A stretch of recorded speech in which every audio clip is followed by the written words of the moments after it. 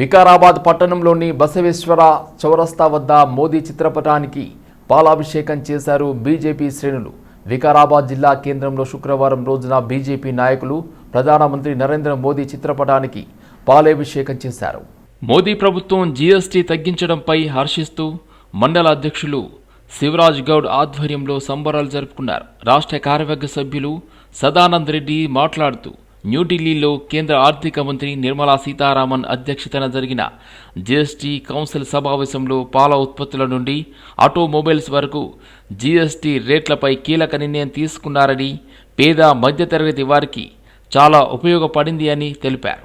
ఈ కార్యక్రమంలో సీనియర్ నాయకులు బస్వలింగం, మాజీ సర్పంచులు విజయరాజ్, బుచ్చిరెడ్డి, నాయకులు గోపాల్, రఘుపతి, శ్రీశైలం, కె సంతోష్ కుమార్ మరియు నాయకులు పాల్గొన్నారు. నరేంద్ర మోడీ గారి నాయకత్వం వర్ధిల్లాలి. నరేంద్ర మోడీ గారి నాయకత్వం వర్ధిల్లాలి. నరేంద్ర మోడీ గారి నాయకత్వం వర్ధిల్లాలి. నరేంద్ర మోడీ గారి నాయకత్వం వర్ధిల్లాలి. నరేంద్ర మోడీ గారి నాయకత్వం వర్ధిల్లాలి. జిందాబాద్ జిందాబాద్ జిందాబాద్ జిందాబాద్. మోడీ గారికి పాలాభిషేకం చేయడం జరిగింది. మన రైతులు, దేశ ప్రజలు, సామాన్యులు, మహిళలు, యువత, మధ్యతరగతి కుటుంబీకుల వారి యొక్క శ్రేయస్సు మనకి ఈ విధంగా జీఎస్టీ తగ్గించడం అని అనౌన్స్ చేయడం అనేది చారిత్రాత్మక నిర్ణయం. దేశ ప్రజలను దృష్టిలో పెట్టుకొని బడుగు బలహీన వర్గాలు అందరి శ్రేయస్సును కోరి ఇవాళ ఈ విధంగా చర్యలు చేపట్టడం అనేది మన అందరికీ కూడా సంతోషకరమైన విషయం. ఏదైతే మనకు స్వాతంత్రం వచ్చిన తర్వాత ఇంత పెద్ద ఎత్తున ఏ కేంద్ర ప్రభుత్వం కూడా చేయని విధంగా అనేక రకాల సౌకర్యాల కోసం ఈ భారత ప్రభుత్వం తీసుకున్నటువంటి నిర్ణయం ఏదైతే కేంద్ర ఆర్థిక శాఖ మంత్రి నిర్మలా సీతారామన్ గారు తెలియజేశారు. ప్రధానమంత్రి మోడీ గారి ఆధ్వర్యంలో ఈరోజు జీఎస్టీ తగ్గడం బడుగు బలహీన వర్గాలను ఈ దేశంలో వాళ్ళను కూడా ఒక ఉన్నత స్థితిలోకి తీసుకురావాలని కానుండి షేవింగ్ క్రీమ్లు, బ్లేడ్ల కానుండి అన్నిటికీ కూడా జీఎస్టీ తగ్గించిండు. సో మన నిత్యావసర వస్తువులు కానివ్వండి, ఎలక్ట్రిక్ వస్తువులు కానివ్వండి, అలాగే మనం వాహనదారులు అయితే వాహనాలు కానివ్వండి, ప్రతిదీ కూడా 28% నుంచి 18% నుంచి 12, ఇట్లా 12% నుంచి 5% తీసుకొచ్చి 5% మరియు 18%, 28%, 12% రెండు పూర్తిగా తీసేసి రెండే స్లాబులుగా, ఒకటి 18, ఒకటి 5%గా నిర్ణయించడం జరిగింది. దానికి చాలా ఉపయోగపడుతుంది మనకు, ముఖ్యంగా మన మధ్యతరగతి, పేద మధ్యతరగతి కుటుంబాలకు సంబంధించిన. అంబర్పేటలోని ప్రేమ్ నగర్లో విఘ్నేశ్వరుడి మండపం వద్ద ఏ కార్యక్రమాలు చేపట్టినా కులమతాలకు అతీతంగా కాలనీ సభ్యులు పాల్గొనడంపై సంతోషం వ్యక్తం చేశారు. అంబర్పేట్ ఎమ్మెల్యే కాలేరు వెంకటేష్. ఆజాద్ నగర్ మరియు ప్రేమ్ నగర్ కాలనీ అసోసియేషన్ అధ్యక్షుడు పాషా మాట్లాడుతూ ప్రతి సంవత్సరం గణేష్ పండుగను ఘనంగా నిర్వహించుకుంటామని, గత 36 సంవత్సరాలుగా ఇక్కడ వినాయక మండపం ఏర్పాటు చేస్తున్నట్లు తెలిపారు. కులమతాలకు అతీతంగా అందరూ పూజలతో పాటు అన్నదాన కార్యక్రమాలు నిర్వహిస్తామని తెలిపారు.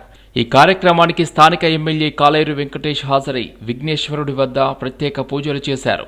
గత 36 సంవత్సరాలుగా విఘ్నేశ్వర మండపం నెలకొల్పుతున్నామని, గతంలో లడ్డూ వేలంపాట 5,000తో మొదలై గత సంవత్సరం లడ్డూ వేలంపాటలో 2,37,000 రూపాయల ధర పలికిందని కమిటీ సభ్యులు తెలిపారు. అంచెలంచెలుగా చాలా ఎదిగినాము, ఆరోగ్యంగా ఉన్నాము. మేమేందంటే ప్రతి సంవత్సరం ఆయనకు సేవ చేసుకోవాలని కోరిక ఉంది. ఆ కోరిక ప్రకారమే ఇప్పుడు 36 సంవత్సరం అవుతుంది. మరి మాకు బస్సులో అందరూ చల్లగా చూడాలని చెప్పి, అందరూ బాగుండాలి, అందులో మేము బాగుండాలని మరి అప్పుడు పెట్టినప్పుడు ఆజాద్ నగర్, ప్రేమ్ నగర్ వెల్ఫేర్ అసోసియేషన్ అని మేము రిజిస్ట్రేషన్ చేసినాము. అదే ఇప్పటికీ చెక్కు ఎదురకుండా మరి ప్రతిసారి ఎవరెక్కడున్నా కానీ వినాయక పండుగ వచ్చిందంటే 15 రోజులు ఎక్కడ పోకుండా సాయంత్రం కూడా రోజు పూజల కాడ కూర్చొని కంకణాలు కట్టుకొని మంచిగా దేవుడు ఆశీర్వాదం ఉండాలి మాకు అని చెప్పి మేము కంటిన్యూగా చేస్తున్నాము. ఇంకా మాకు 50వ సంవత్సరం వరకు మా లడ్డు పోయినసారి 37 వరకు పోయింది. 2 లక్షల. మరి ఇప్పుడే మా కాలేరు ఎమ్మెల్యే గారు ఇప్పుడే చెప్పాడు 3 లక్షలు పోతాయి ఈసారి అని అన్న నోరుతో అనిపోయిండు. అది మళ్ళీ ఎవరో అదృష్టవంతుడు. మాది అంచెలంచెల 5,000 నుంచి ఇప్పుడు 237 వరకు వచ్చింది. ప్రతిసారి అన్నదానాలు చేస్తాము, పూజలు చేస్తాము. బాగా మాకు మంచిగా అనిపిస్తుంది ఈ ప్లేస్లో పెట్టినాక. ఎవరు అనుకున్న పనులు కూడా అవుతుంది. దాతలు కూడా మాకు చాలా ఎక్కువ అయిపోయారు. ఓన్లీ నేను ఒక 10 daysలో వాళ్ళే డైరెక్ట్ వచ్చి మాకు हम हिंदू मुसलमान सब जितने भी हैं यहाँ के आज़ाद नगर प्रेम नगर सब भाई भाई हिसाब से हम मिलजुल के रह के 1989 से हम ये गणेश बिठा रहे और 36 इयर्स हो गए। और सबसे ज़्यादा हमारा निंगाराव 89 से निंगाराव का, हमारे रत्नाकर का, ये सब जितने भी हैं मेरे साथियाँ, मेरे बच्चे भी हैं, मेरे साथियाँ भी हैं, उन्हीं के उससे सब मिल के यहाँ तक हल मिल के पूरा काम कर लेते हैं हम यार। హైదరాబాద్ రేణువా హాస్పిటల్లో అరుదైన హృదయ శస్త్రచికిత్స విజయవంతమైంది. 74 ఏళ్ల రోగి వెంట్రిక్యులర్ టాకీ కార్డియాతో ఆసుపత్రికి రాగా పరీక్షల్లో తీవ్రమైన ఏవోట్రిక్ స్టెనోసిస్ ఉన్నట్లు తేలింది. రోగి అధిక శస్త్రచికిత్స ప్రమాదం ఉన్నందున వైద్యులు శస్త్రచికిత్సకు బదులుగా TAVR పద్ధతిని ఎంచుకున్నారు. నా పేరు డాక్టర్ మొహమ్మద్ షోయబ్ అహ్మద్. నేను ఒక DM cardiologist, consultant and interventional cardiologist, Renova hospital Langar Houz. మేము రీసెంట్గా ఇక్కడ ఒక అరుదైన ప్రొసీజర్ చేశాము. దాని పేరే TAVR. TAVR అనేది మనం యూజువల్గా ఇంతకుముందు సర్జికల్ అంటే అయోటిక్ వాల్వ్ ప్రాబ్లం ఉన్న వాళ్ళకి ఉట్టి సర్జరీ అనేది ఒక ఆప్షన్ ఉండేది. కానీ ఆ సర్జరీ అనేది హైలీ రిస్కీ. పర్టికులర్లీ జనాలలో కొన్ని అంటే ఏజ్ ఎక్కువ ఉన్న వాళ్ళు, లేకపోతే చాలా అంటే వ్యాధులు, వేరే వ్యాధులతో ఉన్న వాళ్ళలో అయోటిక్ వాల్వ్ సర్జరీ ద్వారా చేయడం అనేది రిస్క్. అలాంటి పేషెంట్స్కి ఇంతకుముందు వేరే ఆప్షన్స్ ఉండకపోయేది. కానీ ఇప్పుడు రీసెంట్గా TAVR అనే టెక్నాలజీ వచ్చింది. TAVR అనేది ఏంటంటే మనం ఒక క్యాథెటర్ బేస్డ్ అంటే ఒక స్టెంట్ వేసినట్టు వాల్వ్ కూడా వేస్తాం. దీంతో లాభాలు ఏంటంటే ఫస్ట్ సర్జికల్ రిస్క్ అనేది తక్కువ ఉంటుంది. నెక్స్ట్ రికవరీ టైం అనేది చాలా ఫాస్ట్ ఉంటుంది. ఇంకా పేషెంట్ లైఫ్ అనేది లాంగివిటీ ప్రొలాంగ్ అవుతుంది. ఎందుకంటే పేషెంట్ అయోటిక్ స్టెనోసిస్ అంటే అయోటాలో ఉన్న valve, aortic valve severe stenosis వచ్చిన తర్వాత పేషెంట్ లైఫ్ స్పాన్ అనేది. అల్వాల్ మండల కెమిస్ట్రీ అసోసియేషన్ ఆధ్వర్యంలో నిర్వహించిన అవగాహన కార్యక్రమానికి ముఖ్య అతిథిగా మల్కాజ్గిరి డ్రగ్ ఇన్స్పెక్టర్ మురళీకృష్ణ హాజరయ్యారు. ఈ సందర్భంగా వారు మాట్లాడుతూ అవసరం ఉన్న పేషెంట్స్కు మందులు అందాలన్నదే ప్రభుత్వ లక్ష్యమని అన్నారు. ఈ సందర్భంగా మెడికల్ షాప్ యజమానులకు ప్రభుత్వ పాలసీపై అవగాహన కల్పించారు. అల్వాల్ కెమిస్ట్రీ అసోసియేషన్ వాళ్ళు ఒక మీటింగ్ అరేంజ్ చేశారండి. రీసెంట్గా కొన్ని ఇష్యూస్ వల్ల జాయింట్ రేట్స్ రెగ్యులర్గా జరగడం జరుగుతుంది. స్పూరియస్ మెడిసిన్స్ తర్వాత MTP కిట్స్ గురించి అని రెగ్యులర్గా ప్రతి వీక్ రేట్స్ అవుతున్నాయి. సో అందులో భాగంగా కెమిస్ట్ అందరినీ వీటి గురించి అవగాహన కల్పించడానికి ఈ మీటింగ్ అనేది పెట్టుకోవడం జరిగింది. సో స్పూరియస్ డ్రగ్స్ని ఎలా ఐడెంటిఫై చేయాలి, QR కోడ్ ఉన్న డ్రగ్స్ ఏంటి, డ్రగ్స్ని స్కాన్ చేశాక వాళ్ళు తీసుకోవాల్సిన నెక్స్ట్ స్టెప్స్ ఏంటి, ఫర్దర్గా వాళ్ళు ఒకవేళ స్పూరియస్ అని ఐడెంటిఫై చేస్తే నెక్స్ట్ లెవెల్లో ఎవరికి ఇన్ఫార్మ్ చేయాలి, దాన్ని ఎలా డిస్పోజ్ చేయాలి అని చెప్పేసి వాళ్ళకు ఈ మీటింగ్ ద్వారా తెలియజేయడం జరిగింది. తర్వాత MTP కిట్స్ అనేవి ప్రిస్క్రిప్షన్ లేకుండా సేల్ చేయకూడదని, ఖచ్చితంగా ప్రిస్క్రిప్షన్తోనే సేల్ చేయాలి. And at the same time ఏదైతే డిస్పెన్సింగ్ ఉంటుందో అది సేల్ రికార్డ్ చేయాలి బిల్ రూపంలో అనేది వీళ్లకు ఈ మీటింగ్ ద్వారా తెలియజేయడం జరిగింది. సమాధులు, అస్థికలు మాయమైన సంఘటన వెలుగులోకి వచ్చింది. డబిరిగూడ గ్రామంలో రియల్ ఎస్టేట్ వ్యాపారులు కొంతమంది వ్యక్తులతో కలిసి రాత్రికి రాత్రి జన్యుపాగా బాలమణికి చెందిన సమాధులను ధ్వంసం చేసి అస్థికలను మాయం చేయడంపై ఆమె బోరున విలపించారు. 2006 సంవత్సరంలో 3 ఎకరాల 5 గుంటల భూమిని అమ్మగా సమాధుల కోసం 1 గుంట భూమిని వదులుకున్నారు. ఆ 1 గుంట భూమి రియల్ ఎస్టేట్ వారికి ఇవ్వలేదనే అక్కస్తోనే దుర్మార్గానికి పాల్పడ్డాడని ఆమె కన్నీటి పర్యంతమైంది. అత్త, మామ, భర్తకు సంబంధించిన సమాధులను ధ్వంసం చేసి అస్థికలను మాయం చేసిన వారిపై చట్టపరంగా తగు చర్యలు తీసుకోవాలని ఆమె మహేశ్వరం పోలీస్ స్టేషన్లో ఫిర్యాదు చేశారు. దళితులమనే రియల్ ఎస్టేట్ యాజమాన్యం ఈ చర్యలకు పాల్పడ్డారని ఆరోపించారు. మా కుటుంబ సభ్యుల సమాధులను కూల్చి అస్థికలను మాయం చేసిన వారిపై చట్టపరంగా తగు చర్యలు తీసుకోవాలని ఆమె ఉన్నతాధికారులకు వేడుకున్నారు. బండలను తీసేసి తీసుకుపెడతారు.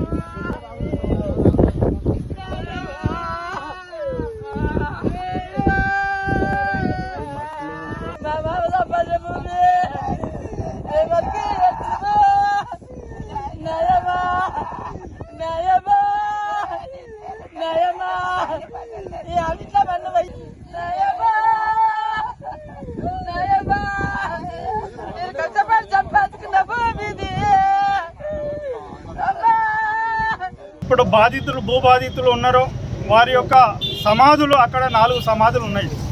ఆ 4 సమాధులకు ఒక గుంట భూమిని వదులుకోవడం జరిగింది. మీకు స్పష్టంగా కనిపిస్తుంది ఇక్కడ. ఆ సమాధులు మాత్రం ఒక గుంటను వదులుకొని సతీష్ అనే వ్యక్తికి 2006లోనే ఈ యొక్క భూమిని అమ్మడం జరిగింది. తర్వాత కాలక్రమంలో 2 చేతులు ఆ యొక్క భూమి మారింది. మరి 3వ వ్యక్తిగా రవి సార్ అనేటువంటి వ్యక్తి వచ్చి ఆ యొక్క భూమిని కొని మరి దళితులమైన మా గ్రామస్తులు జన్నపాక బాలమణి యొక్క భరత యొక్క సమాధి, వాళ్ళ అత్తమామల సమాధి, వాళ్ళ పూర్వీకుల యొక్క భూమిని సంపాదించినందుకు అందులో పెట్టుకొని ఆ గుంట వదులుకొని ఈ భూమిని విక్రయించడం జరిగింది. ఇప్పుడు రవివర్మ అనేటువంటి వ్యక్తి ఈ పొలాన్ని కొని ఈరోజు ఆ యొక్క సమాధులు తొలగియాలని కోరినప్పటికీ మరి ఆ సమాధులు మేము తీయము, మేము ఈ సమాధులు అమ్ముకునేటోళ్ళమైనట్టుంటే ఏ రోజో మేము 20 ఏళ్ల కిందనే వదులుకొని పోయేటోళ్ళము. మేము మా అత్తమామలు సంపాదించినటువంటి ఆస్తిలో కనీసం ఆ సమాధులైనా మమ్మల్ని ఉంచనీయండి, మేము ఈ ఊళ్ళో ఉన్నందుకు అవన్నీ గుర్తుగా ఉంటాయని చెప్పి ఆ రోజు ఆ రవివర్మ గారికి చెప్పినందుకు మరి రాత్రికి రాత్రే దళితులమని చెప్పి వీళ్ళేం చేస్తారని చెప్పి మరి ఆ యొక్క ఆనవాళ్ళు లేకుండా మరి సమాధిలో ఉన్నటువంటి మొత్తము బొక్కలతో సహా తీసుకెళ్లినటువంటి వ్యక్తి రవివర్మ గారు. భాగ్యనగరంలో గణేష్ నిమజ్జనం సందర్భంగా ప్రయాణికులకు హైదరాబాద్ మెట్రో శుభవార్త తెలిపింది. శనివారం ఉదయం 6 గంటల నుండి అర్ధరాత్రి 1 గంట వరకు అన్ని మెట్రో స్టేషన్ల నుండి మెట్రో సేవలు అందుబాటులో ఉంటాయని వెల్లడించింది. నిమజ్జనం చూసేందుకు నగరంలోని వివిధ ప్రాంతాల నుండి వెళ్లే వారికి ఇది ఎంతగానో ఉపయోగపడుతుంది. శనివారం గణేష్ నిమజ్జన ఉత్సవాలు జరగనున్నాయి. ఈ నేపథ్యంలో హైదరాబాద్ మెట్రో ప్రయాణికులకు గుడ్ న్యూస్ చెప్పింది. అన్ని మెట్రో స్టేషన్ల నుండి శనివారం ఉదయం నుంచి అర్ధరాత్రి 1 గంట వరకు సర్వీసులు అందుబాటులో ఉంటాయని ప్రకటించింది. ఈ మేరకు ఎక్స్లో దీనికి సంబంధించిన పోస్ట్ చేసింది. వినాయక నిమజ్జన ఉత్సవాలు చూసేందుకు చాలామంది హుస్సేన్ సాగర్ సహా వివిధ ప్రాంతాలకు వెళ్తుంటారు. ఈ నేపథ్యంలోనే మెట్రో సంస్థ ఈ నిర్ణయం తీసుకుంది. అలాగే ఆర్టీసీ కూడా నిమజ్జనం సందర్భంగా ప్రత్యేక బస్సులను ఏర్పాటు చేయనుంది. వివిధ ప్రాంతాల నుంచి వచ్చే భక్తులను హుస్సేన్ సాగర్, ట్యాంక్ బండ్కు తరలించేందుకు ఈ ప్రత్యేక బస్సులు ఏర్పాటు చేయనున్నట్లు పేర్కొంది. చార్మినార్ పరిధిలోని బర్కత్పురా, ముషీరాబాద్, కాచిగూడ, మేదీపట్నం, ఫలక్నుమా, రాజేంద్ర నగర్ డిపోలు, హయత్ నగర్ పరిధిలో చూసుకుంటే దిల్సుఖ్ నగర్, హయత్ నగర్, మిగతాని డిపోల నుంచి నిమజ్జన కార్యక్రమం కోసం ప్రత్యేక బస్సులు ఏర్పాటు చేయనున్నట్లు వెల్లడించింది. సంగారెడ్డి జిల్లా రామచంద్రపురం BHEL INTUC నాయకుడు మాజీ ప్రెసిడెంట్ ఎల్లయ్య స్వగృహంలో ఆకస్మికంగా మృతి చెందారు. 9 సార్లు BHEL యూనియన్ ప్రెసిడెంట్గా సేవలందించారు. BHELలో స్థానికులకే ఉద్యోగం అవకాశం కల్పించిన ఏకైక నాయకుడు ఎల్లయ్య. తెలంగాణ ఉద్యమం సమయంలో తెలంగాణ కోసం ఎంతో పోరాడి మంచి పేరు తెచ్చుకున్నారు. అలాంటి మహానుభావుడు లేకపోవడం BHEL కార్మికులకు బాధాకరం. ఆయన పార్థివ దేహాన్ని సందర్శనార్థం BHEL యూనియన్ కార్యాలయానికి తరలిస్తున్నారు. ఎల్లయ్య మృతి పట్ల ఉద్యోగులు, అభిమానులు సంతాపం తెలిపారు. రంగారెడ్డి జిల్లా రాజేంద్రనగర్ సర్కిల్ పరిధి ఆరంగార్ చౌరస్తాలో రోడ్డు ప్రమాదం జరిగింది. మహారాష్ట్ర నుండి బేగం బజార్ వైపు పప్పు లోడుతో వెళ్తున్న లారీ అదుపు తప్పి ఆరంగార్ సిగ్నల్ దగ్గర బోల్తా పడింది. ఈ ఘటనలో డ్రైవర్కు స్వల్ప గాయాలయ్యాయి. ఉదయం ఈ ఘటన జరగడంతో పెద్దగా ట్రాఫిక్ లేకపోవడంతో పెను ప్రమాదం తప్పింది. స్థానికులు వెంటనే సమాచారం మేరకు సంఘటనా స్థలానికి చేరుకున్నారు పోలీసులు. క్రేన్ సిబ్బంది సహకారంతో లారీని పక్కకు తప్పించారు. ఘటనా స్థలానికి చేరుకున్న ట్రాఫిక్ పోలీసులు ట్రాఫిక్కు అంతరాయం లేకుండా చర్యలు తీసుకున్నారు.